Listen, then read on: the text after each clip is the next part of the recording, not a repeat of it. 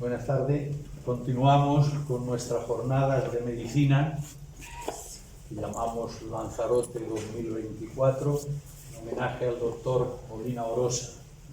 En estos actos académicos de la familia de los que estamos de la Academia en Lanzarote en el día de hoy. Ocupa la cátedra la doctora María Tormo Domínguez, que ya la conocemos desde su acto de ingreso el año pasado. Ella va a hablar, como podemos observar en la pantalla, de los modelos de colaboración público-privada en la prestación de la asistencia sanitaria en España. Uno de los temas más importantes y sobre todo en el momento actual. Como ustedes recuerdan, pues hace un año, cuando ingresó como académica correspondiente, nos gobernaba más la cabeza que el corazón, más el formalismo que la familiaridad. Y entonces, con esos dos parámetros, pues la hicimos académica correspondiente en Madrid. Hoy nos va a dominar más el corazón, la familiaridad, y entonces pues la vamos a desplazar a su natal La Rioja, ¿no? Con lo que concluiremos este acto. Saludar a quienes nos escuchan por vía telemática y los que nos escucharán por esta vía también posteriormente, porque como todos ustedes saben, pues se suben a la red. En consecuencia, pues vamos a proceder a la lectura de su discurso. Tiene la palabra, María. Buenas tardes a todos. Muchas gracias, presidente. Como acaba de comentar, voy a hablar de los modelos de colaboración público-privada en la prestación de la asistencia sanitaria en España. Cuando elegí este tema, este título, no estaba en los periódicos y en los medios de comunicación en general los problemas que actualmente están teniendo las tres mutualidades de los funcionarios públicos, la MUFACE, la mutualidad de los funcionarios de la Administración Civil del Estado, la MUGEJU de la Administración Judicial e ISFAS de las Fuerzas Armadas. Voy a hacer una aproximación a los diferentes modelos de colaboración. Esto responde a que yo prácticamente me he dedicado toda mi vida profesional a la gestión sanitaria, una buena parte de ella a las concesiones hospitalarias. Voy a intentar ser lo más fácil posible y con el ánimo de que puedan entender de qué estamos realmente hablando dentro del sistema sanitario español. Como a mí me gusta explicar a mis alumnos de máster de gestión, cuando hablamos de determinadas tendencias que aparecen en el campo de la gestión, no aparecen por generación espontánea. De pronto no viene un gerente y se le ocurre introducir unas determinadas herramientas de gestión, sino que obedece a unas determinadas corrientes de opinión que no solamente se dan en la gestión sanitaria, sino que aparecen también en otros órdenes de la vida, en otras actividades. Me voy a remontar a finales del siglo pasado, a los años 90 del siglo XX, cuando podemos identificar una corriente de opinión donde se ponía en primer lugar la eficiencia de los servicios públicos. Había una crítica clara a la ineficiencia de los servicios públicos liderados por dos gobiernos anteriores, que eran el gobierno Reagan y el gobierno Thatcher. Y se produjo un cambio de paradigma, pasar de ese modelo donde el centro era la eficiencia a un modelo asentado en la responsabilidad social y en la calidad. Después del gobierno Thatcher le sigue otro gobierno conservador, el gobierno de John Major, y posteriormente llega al poder en el Reino Unido Tony Blair. Y ahí es donde este cambio de paradigma de la eficiencia a poner el centro en la calidad de los servicios públicos, cuando se produce la aparición de una serie de documentos. El National Health Service es un servicio que publica mucho y que orienta a los servicios de salud de prácticamente todo el mundo. Y se asentaban estos modelos de calidad en primero, reducir la variabilidad de la práctica clínica. Esto a las personas que no sean del sector sanitario a lo mejor les sorprende, ¿no? Pero hay una gran variabilidad en la práctica clínica. Por ejemplo, voy a poner un caso muy gráfico, ¿no? El porcentaje de alumbramientos por cesárea o por parto natural cambia dependiendo de la ubicación geográfica, de la oferta asistencial, en fin. He puesto este ejemplo, pero podría poner otros muchos ejemplos. Pretendía también este gobierno reducir el uso indebido de los servicios, lo cual un uso indebido de los servicios significa un mayor coste, estamos hablando de financiación pública, y también un uso indebido siempre significa un potencial riesgo para la salud. Querían acabar con la fragmentación y la descoordinación que se achacaba a las iniciativas que se habían tomado durante el gobierno Thatcher y, por supuesto, incrementar la satisfacción de los usuarios y de los ciudadanos en general.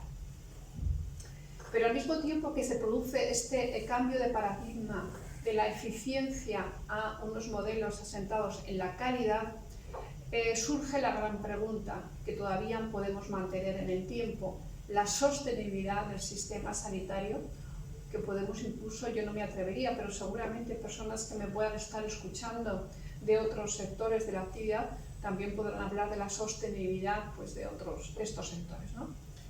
Y porque es evidente, y esto lo aceptan todos los autores, que a partir de un determinado incremento del gasto sanitario, eso produce beneficios modestos. Lo conocemos desde los años 70 del siglo pasado y se debe a un ministro de Sanidad canadiense, Lalonde, que hablaba de los determinantes de salud. Y el sistema sanitario tiene un peso en esos determinantes de salud, pero el mayor peso es, lógicamente, los estilos de vida. Pero, claro, hablar de sostenibilidad es hablar también de límites, hasta dónde podemos llegar, ¿no? Y hay figuras relevantes del sistema sanitario español. Ahí estoy mencionando a una persona que fue secretario de Estado, José Martínez Olmos, que sí que afirmaba que podríamos gastar más de lo que gastamos en sanidad, pero que la clave no estaba ahí. La clave estaba en la efectividad con la introducción de las fórmulas de organización. Cuando hablamos también de sostenibilidad, no solamente hablamos de financiación, de dedicar más porcentaje de nuestro Producto Interior Bruto a sanidad, sino que también, aunque no explícitamente, hablamos de productividad. Es decir, si podemos hacer más con los recursos que en estos momentos ya destinamos al sistema sanitario. Y aquí podemos encontrar opiniones para todos los gustos. En definitiva, estas corrientes que nos llegaban de los países anglosajones llegaron a España. Y seguro que recuerdan el informe Abril, que es también de los años 90, que abogaba por una separación entre la financiación, que debía seguir siendo pública, y la provisión, que no necesariamente tenía que ser pública, podía ser una provisión privada. La Ley General de Sanidad consagraba la gestión directa de los servicios públicos, aunque sin personalidad jurídica. ¿Qué quiere decir esto? Esto quiere decir que los hospitales públicos en España no tienen personalidad jurídica propia. Y esto es un elemento muy importante para los que nos dedicamos a la gestión. La Ley General de Sanidad también permite la vinculación de hospitales privados a través de convenios singulares y también permite convenios para la prestación de servicios sanitarios que, bueno, todo el mundo tiene en estos momentos en la cabeza, como puede ser la oxigenoterapia domiciliaria. Tradicionalmente en España ha sido financiada públicamente, pero el servicio lo prestaban empresas privadas. Lo mismo ocurre con el transporte sanitario. Son servicios financiados con los impuestos de todos, pero las empresas que dan este servicio son empresas privadas.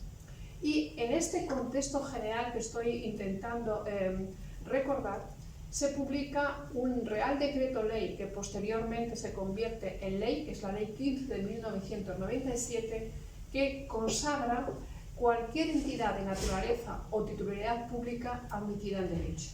Esto, a partir de ese momento, es cuando comienzan a aparecer en España las fundaciones, empresas públicas, etc. Y todavía algunas de ellas persisten. Por ejemplo, el 061 de la Comunidad de Galicia es una fundación. Hay hospitales que son fundaciones, hay hospitales que son empresas públicas. Y estos ya sí tienen personalidad jurídica propia, es decir, asumen sus deberes y sus derechos. ¿Cuánto nos gastamos en sanidad? He intentado tener los datos lo más actualizados posibles. Manejaré datos del año 2021, del año 2022, en función de que no siempre tenemos datos más actuales. Pero en el año 2021, que fue hace 3 años, nos gastamos en sanidad en conjunto como país, tanto en el sector privado como en el sector público, 10,7% de nuestro Producto Interior Bruto. Estamos un poquito por debajo de la media de los países de la OCDE, un poquito por debajo. Por debajo nuestro están países como Italia, como Polonia, pero por encima nuestro están países como Portugal, nuestro país vecino. Se gasta más dinero que España en su sistema sanitario. Dentro de este gasto sanitario, más del 28% es gasto sanitario privado. Esto es muy importante. El 28% no es un dato ni muchísimo menos desdeñable, es un dato muy importante dentro de los servicios sanitarios españoles. En este cuadro, en esta slide, muestro la evolución de nuestro Producto Interior Bruto dedicado a la sanidad, y del año 2011 al año 2021, es decir, 11 años, hemos pasado del 9,2% al 10,7%. Y en cuanto al peso público, hemos pasado del 73,5% al 71,6%. Es decir, el esfuerzo público ha bajado y ha subido el esfuerzo privado. ¿Qué fórmulas? El título de mi charla eran los diferentes modelos de colaboración público-privada.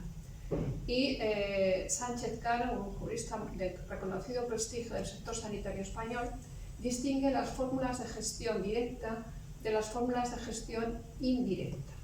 Las fórmulas de gestión directa es donde es la propia administración la que asume la responsabilidad de la gestión.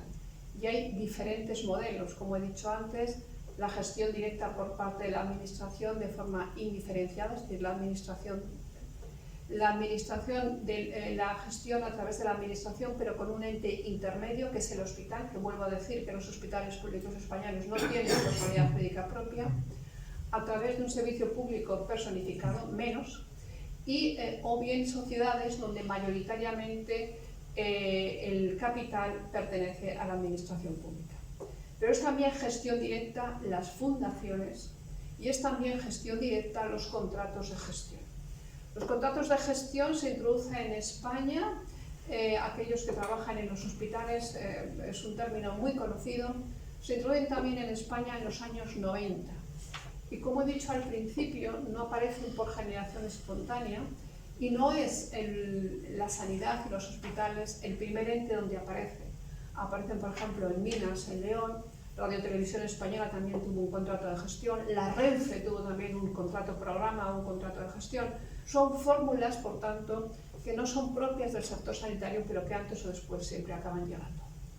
Y hay fórmulas de gestión indirecta, aquellas que he comentado, que permitía la nueva ley de fórmulas de gestión.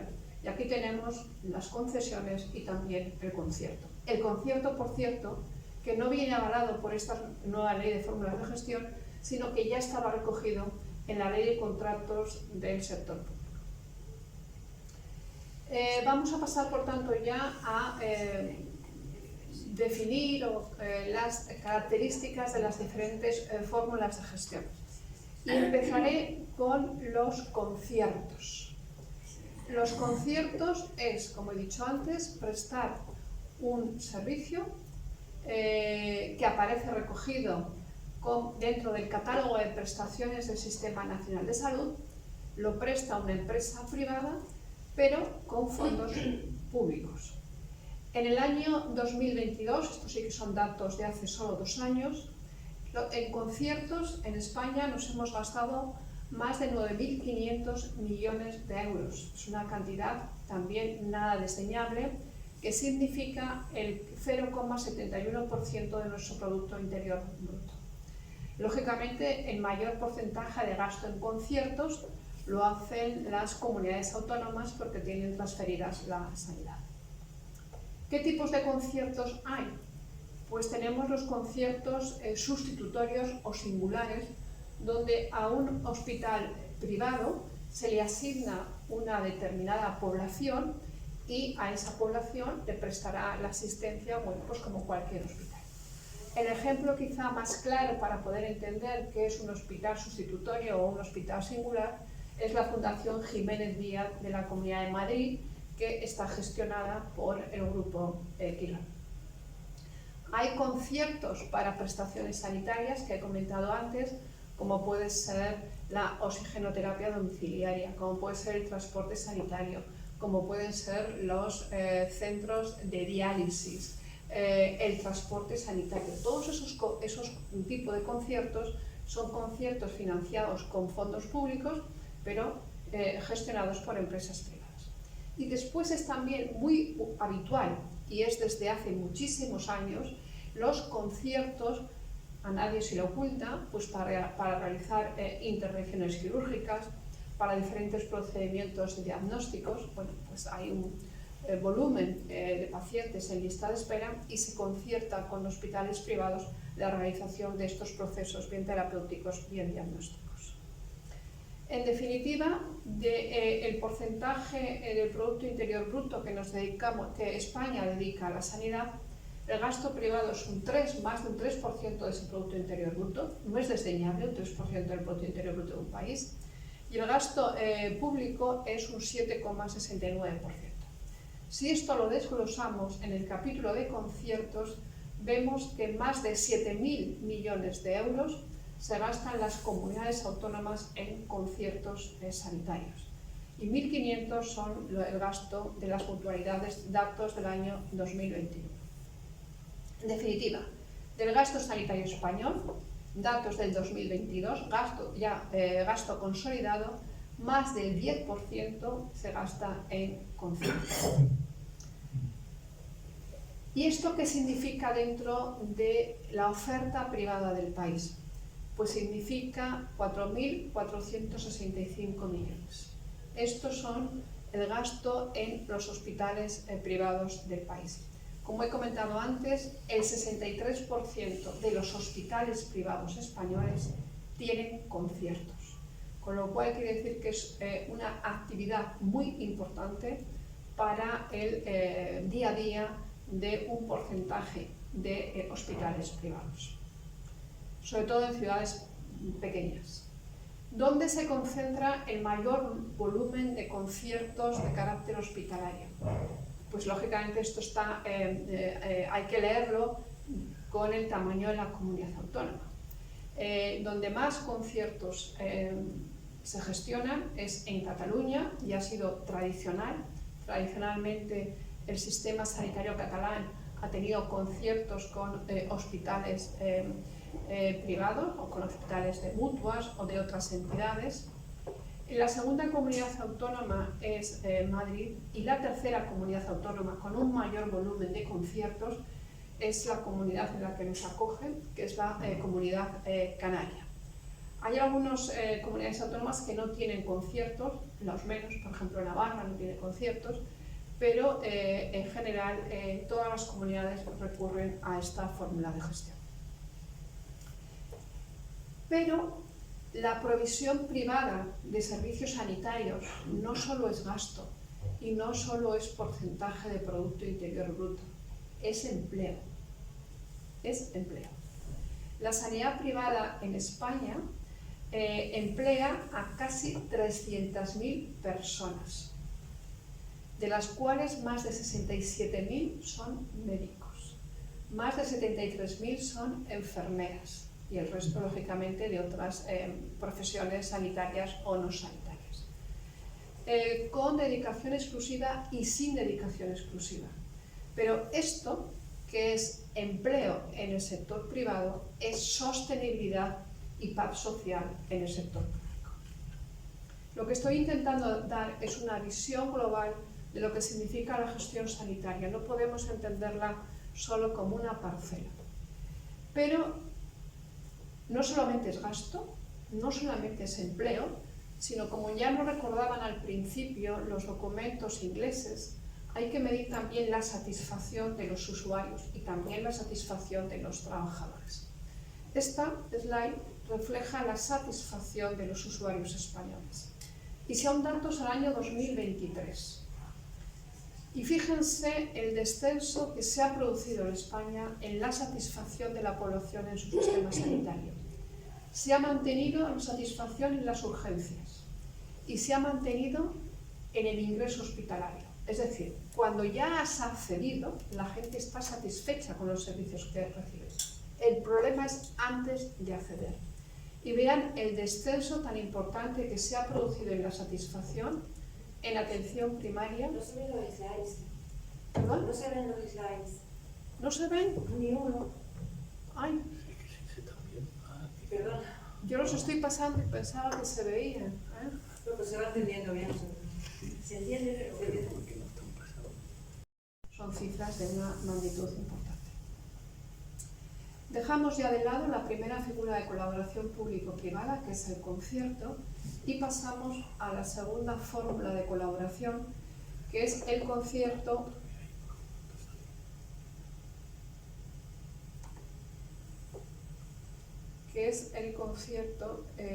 lo siento muchísimo porque no llevamos el mismo orden.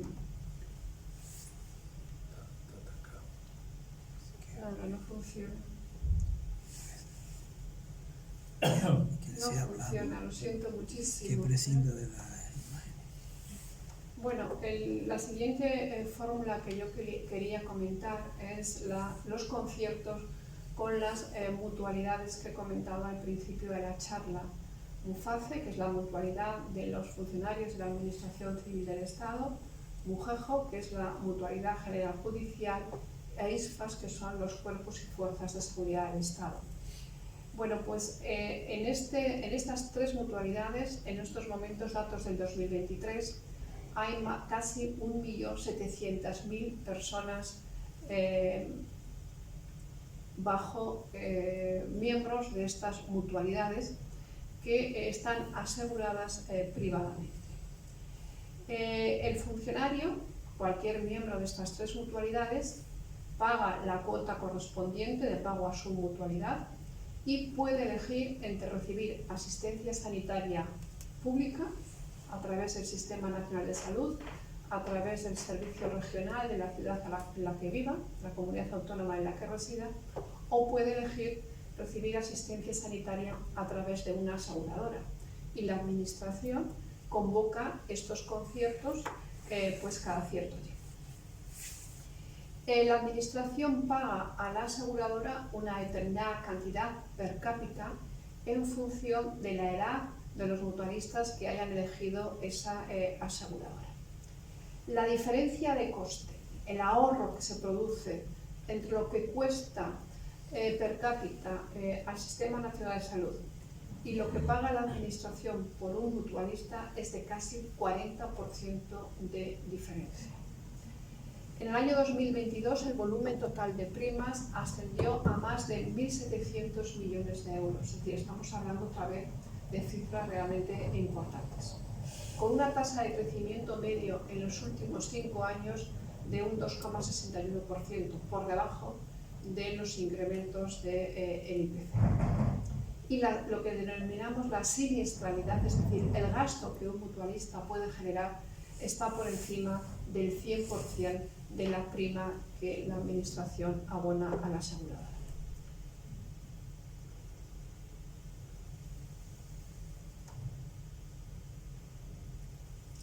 Lo siento muchísimo, pero no.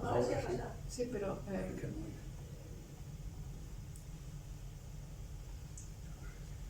como resumen, Las mutualidades, 1.700.000 funcionarios eligen recibir asistencia sanitaria a través de una aseguradora, con un volumen de primas de más de 1.700 millones de euros. El 78% de los funcionarios eligen una aseguradora privada. Esta es la diferencia de primas a lo largo de los años entre el presupuesto del Sistema Nacional de Salud per cápita y la prima, en este caso, de MUFACE, de la Administración de los Funcionarios de la Administración Civil del Estado. En el año 2023, el presupuesto público era 1.736 euros por persona y año, mientras que en la MUFACE eran de 1.030 euros. En el último concierto, el que termina ahora, el 31 de diciembre del 2024, solamente 3 aseguradoras cubrían la asistencia de los funcionarios: Adeslas, Asisa y DKV, y en el caso de la MUJEJU, de la Administración General Judicial, que es un colectivo de personas más jóvenes, había más aseguradoras. Esta es la diferencia.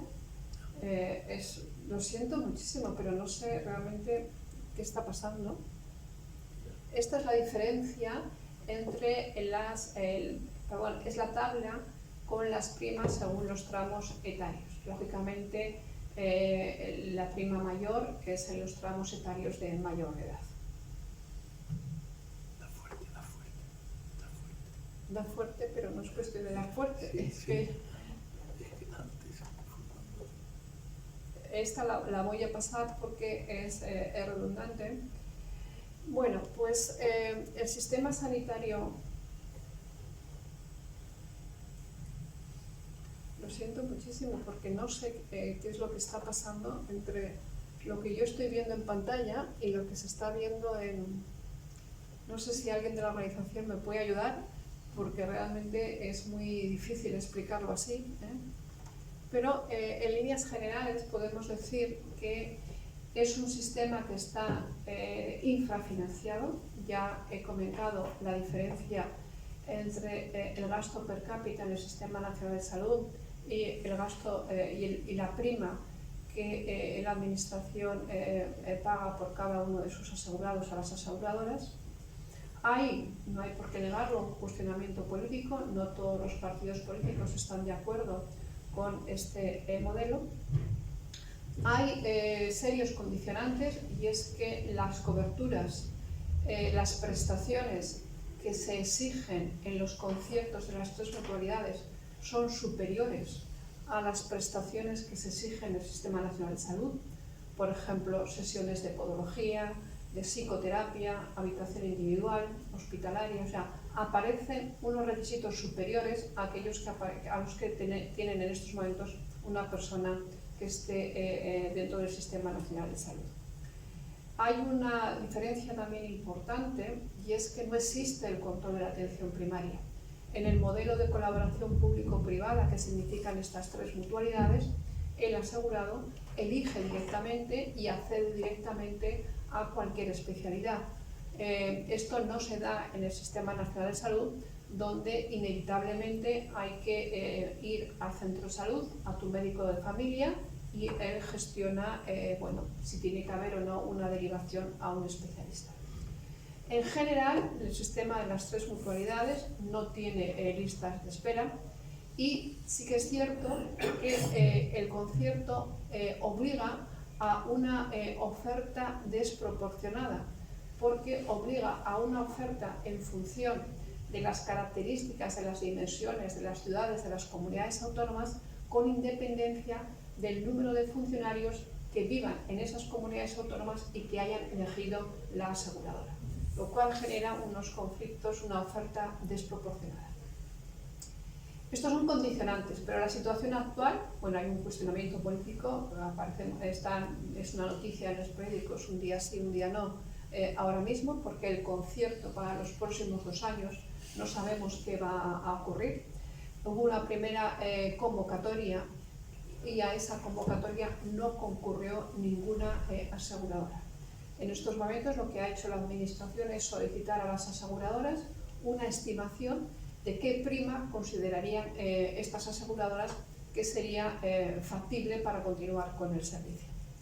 Hay un envejecimiento claro de los funcionarios, están, bueno, lógicamente cada año la edad sube, y hay unos requerimientos importantes en materia de reservas.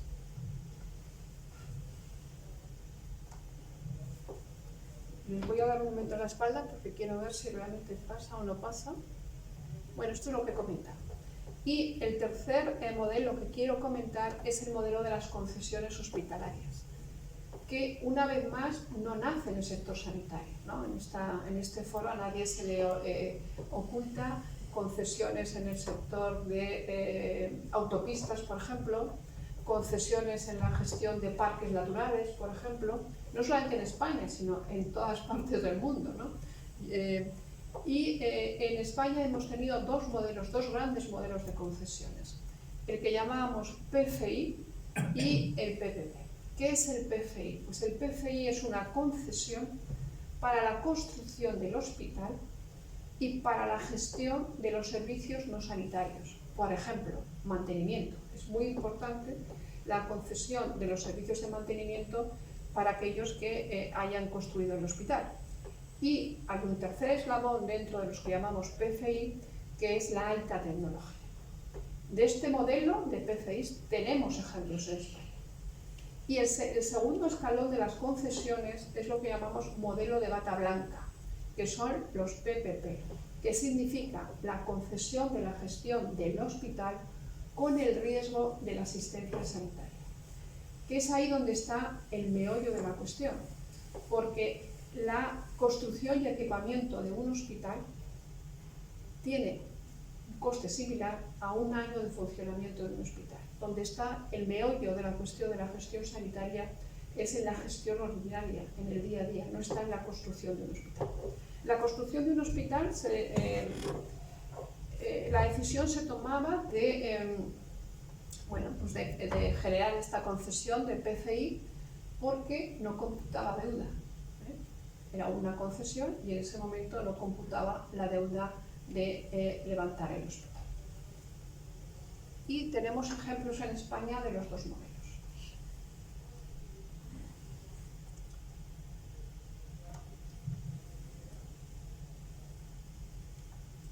De verdad, lo siento en el alma, no sé, lo he intentado ya todo. Bueno, y este es el modelo que se sirve. La administración correspondiente, las concesiones hospitalarias donde realmente proliferaron fue en la Comunidad Valenciana. Se concede a una empresa privada. Esta empresa privada debe construir el hospital, debe equipar el hospital y debe gestionar el hospital. Y desde el momento que empieza a funcionar el hospital, que tiene asignada una población, a partir de ese momento, es decir, no durante la construcción, sino a partir del momento en que empieza a prestar servicios, recibe lo que se llama una cantidad por habitante y año. Ese hospital, al cabo, esa concesión tiene una duración. En el caso de la Comunidad Valenciana eran duraciones iniciales de 15 años, que en algunos casos se prorrogó 5 años más. Al cabo de este tiempo, el hospital, la propiedad del hospital, pasa a ser de la administración. La administración controla la calidad, por supuesto, de la construcción, del equipamiento y controla también la calidad de los servicios que se prestan en el hospital.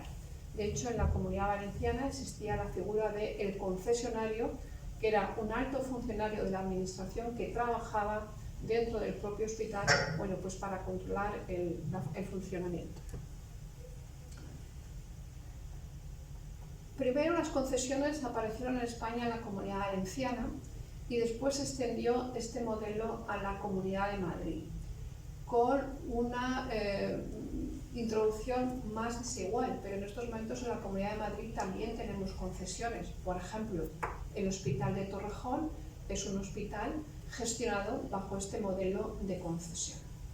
Hay algunas pequeñas diferencias o sustanciales, dependiendo de la opinión de cada uno de nosotros, entre el modelo que siguió Valencia y el modelo que propuso Madrid. Por ejemplo, Valencia limitaba la TIR, es decir, la rentabilidad de esa concesión estaba limitada al 7,5% anual, mientras que en Madrid no había límites del rendimiento económico de la concesión. Había otros elementos también importantes, mientras que en la Comunidad Valenciana la gestión era integral, tanto de la atención especializada como de la atención primaria, en la Comunidad de Madrid solo de la atención hospitalaria. En ambos casos existían mecanismos de pago adicional o de reducción de la cápita en función de si perdías o ganabas pacientes. Es decir, si tienes la obligación de atender a un determinado paciente y por distintas circunstancias este paciente finalmente es atendido en otro hospital, eso reducía los ingresos anuales que el hospital recibía. Por tanto, era interés del hospital no perder a sus pacientes y ganar pacientes de otras áreas sanitarias. En el caso de la Comunidad Valenciana, además existía el pago de un canon a la administración, había que pagar un canon del 2% sobre el valor del inmueble a la administración, cosa que no ocurre, por ejemplo, en el modelo madrileño. Existen estas fórmulas de concesión también en la atención primaria, son las llamadas EBAs, que son entidades de base asociativa. Estas entidades de base asociativa, en España solamente tenemos ejemplos de ellas en Cataluña y en un número muy pequeño, donde el grupo de profesionales de un equipo de atención primaria asumía la gestión del presupuesto que tenía asignado. Como digo, ha sido un modelo que no se ha extendido, pero que sí ha permitido obtener parciales buenos resultados en materia de coordinación, en materia de accesibilidad, había menos listas de espera, y en materia de reducir la variabilidad de la práctica clínica. Pero es un modelo que también ha sido objeto de crítica, no está exento de crítica, ya que al médico y a los profesionales sanitarios en general les daba miedo el aspecto legal de la gestión del presupuesto y no ha logrado grandes innovaciones porque los resultados clínicos son muy similares en las EBAs y en los equipos de atención primaria tradicionales.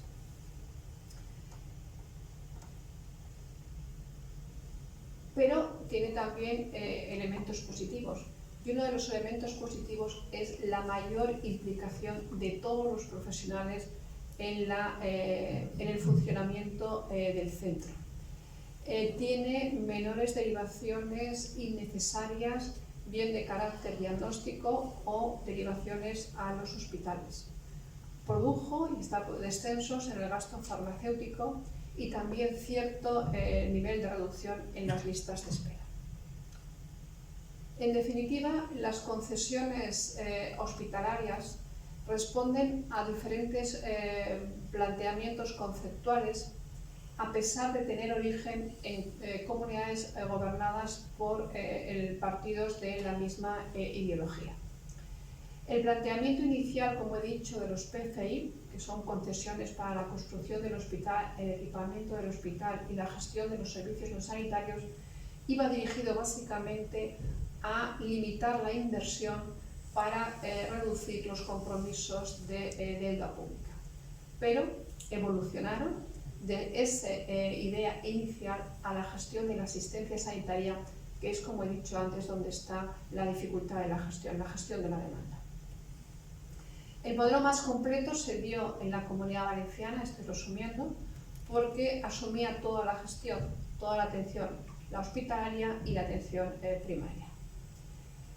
Los márgenes de eficiencia eran márgenes exigibles, eran muy exigentes, y no ha existido, podemos concluir, una evaluación rigurosa de los modelos de concesión. Se han ido produciendo reversiones, en la Comunidad Valenciana ya quedan muy pocas concesiones, en la Comunidad de Madrid quedan algunas, pero realmente no se ha hecho una evaluación rigurosa al margen de las ideologías. Hubo autores que llegaron a publicar algunas falacias con respecto a las concesiones, que si darían peor calidad. No es cierto, están sometidos a los mismos indicadores que el resto de hospitales de las comunidades autónomas. Que sí racanearían en la oferta de tecnología y de cartera sanitaria, tampoco es cierto. de si se produciría una selección de riesgo. No, porque si se pierden pacientes, reducían sus ingresos. Que no se daría docencia ni investigación, no es cierto. Estos hospitales han tenido formación de residentes y han realizado ensayos clínicos y publicaciones como todos. Que no harán promoción de la salud ni prevención, tampoco es cierto, porque realmente lo que importa es la promoción y la prevención, lógicamente, pero el atender al menor número de pacientes, porque los ingresos per cápita van a ser los mismos. Que serán monopolios, no han sido monopolios, han proliferado diferentes empresas. Nosotros estuvimos en diferentes concesiones, estuvimos también en la concesión de Torrejón, estuvo también Sanitas, Ribera Salud, etc. Diferentes empresas han estado gestionando las concesiones. Que no están evaluadas, sí que es cierto, ha habido una evaluación seria de las concesiones, y otra de las falacias es que serían más caras, y no es cierto, la eficiencia sí que está demostrada. Ha habido algunas, he dicho que la evaluación no ha sido importante, pero algunas sí que ha habido. Hay una consultora sanitaria que es muy conocida para aquellas personas que necesitamos a la gestión, que es IASIS, que sí que comparó resultados y vino a decir que en aquellos centros pequeños, estas concesiones estamos hablando de que son hospitales en torno a las 250 camas, no ha habido concesiones de macro hospitales, hospitales de más de 700 camas, de más de 600 camas, no han estado en el régimen de concesión y por tanto no sabemos si el modelo en esos hospitales funcionaría. Se han utilizado en hospitales en torno a las 250 camas. Han demostrado que son más eficientes, han demostrado que tienen una mayor productividad y han demostrado que tienen buenos resultados científico-técnicos. Tenemos una evaluación de la Universidad de Berkeley que sí que dice que a nivel internacional se produce un ahorro en la eficiencia, son más eficientes, con una reducción del gasto per cápita en un 25%, que es una cantidad nada desdeñable, que permite reducir las listas de espera y que los gastos de carácter operativo son sustancialmente inferiores. En definitiva, la gran pregunta es, ¿estos modelos de gestión de colaboración público-privada son la dirección correcta? ¿Se trata de hacer lo mismo con menos recursos? ¿Realmente de qué estamos hablando, ¿no? Y nos tenemos que encontrar en modelos de gestión donde claramente podamos identificar cuidados seguros, cuidados adecuados, es decir, reducir aquello que no aporta valor en la asistencia sanitaria, y hay muchos elementos que no aportan valor en la asistencia sanitaria, y cuidados estandarizados que nos permitan reducir la variabilidad. Pero todo esto que estamos hablando y que yo he querido hacer un resumen de los modelos de colaboración público y privada va a dar un vuelco con la inteligencia artificial. Porque con la inteligencia artificial, con la gran gestión de los datos, no solamente vamos a tener que atender una demanda distinta, sino vamos a tener que organizar la oferta asistencial de una manera distinta, porque vamos a tratamientos más precisos y más personalizados. Y eso no es el modelo que hemos seguido hasta ahora. Los modelos generales que yo he intentado explicar no recogen esta situación. Tendremos datos, sabremos antes si una persona padece o no padece una enfermedad. Tenemos tratamientos ya personalizados y muy personalizados en el caso, por ejemplo, de la oncología. Y esto nos obligará a modelos de organización diferentes a los que hemos conocido hasta ahora. Y nos obligará a definir con mucha mayor claridad la complementariedad, las políticas intersectoriales. Como he dicho, he mencionado al principio, los determinantes de salud, el peso fundamental son los estilos de vida y no son los sistemas sanitarios. Y habrá que hablar también de la capacitación y el liderazgo de los profesionales sanitarios, de la gestión clínica. Nada será posible si no tenemos en cuenta el potencial de talento que acumula en los hospitales y los centros de salud y también en la gestión sanitaria. Y por tanto, hasta ahora, la tendencia que yo he intentado esbozar era hacia modelos de organización descentralizados, focalizados en la calidad, alineados con objetivos estratégicos. Todos los que trabajan en hospitales sabrán los objetivos que sus contratos de gestión tienen cada año, y con una evaluación y control permanente y muy desarrollado, porque lógicamente los hospitales son o bien centros públicos y por tanto hay que rendir cuentas, o bien centros privados y por tanto también hay que rendir cuentas. Por tanto, los gestores y los clínicos no queda otra, hay que encontrarse en un marco común, y ese marco común no puede ser otro que el conocimiento de las prácticas excelentes. Las prácticas excelentes en medicina y las prácticas excelentes en la gestión sanitaria, que también las hay. Muchas gracias, confío que les haya sido de interés. Lamento muchísimo que no me hayan acompañado los slides que había preparado, pero bueno, están a disposición de la organización y se podrán ver en los próximos días. Muchas gracias.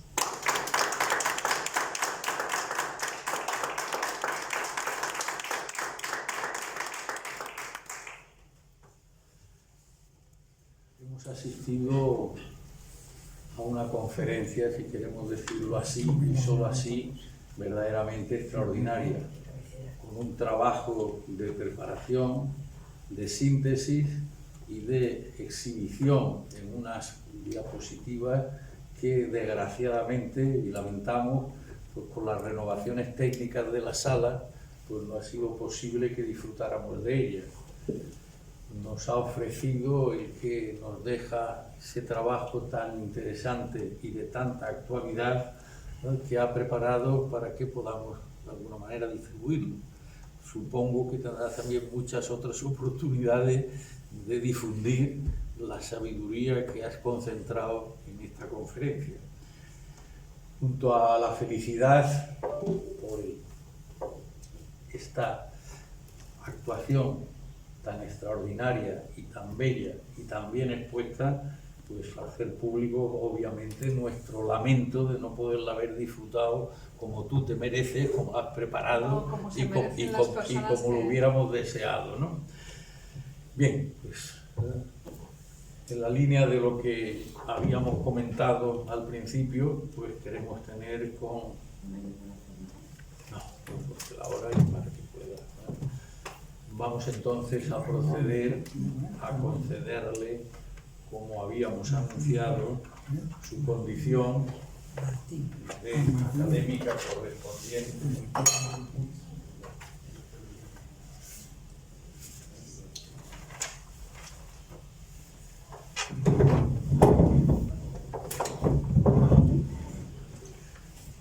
El secretario de la Academia va a proceder a la lectura.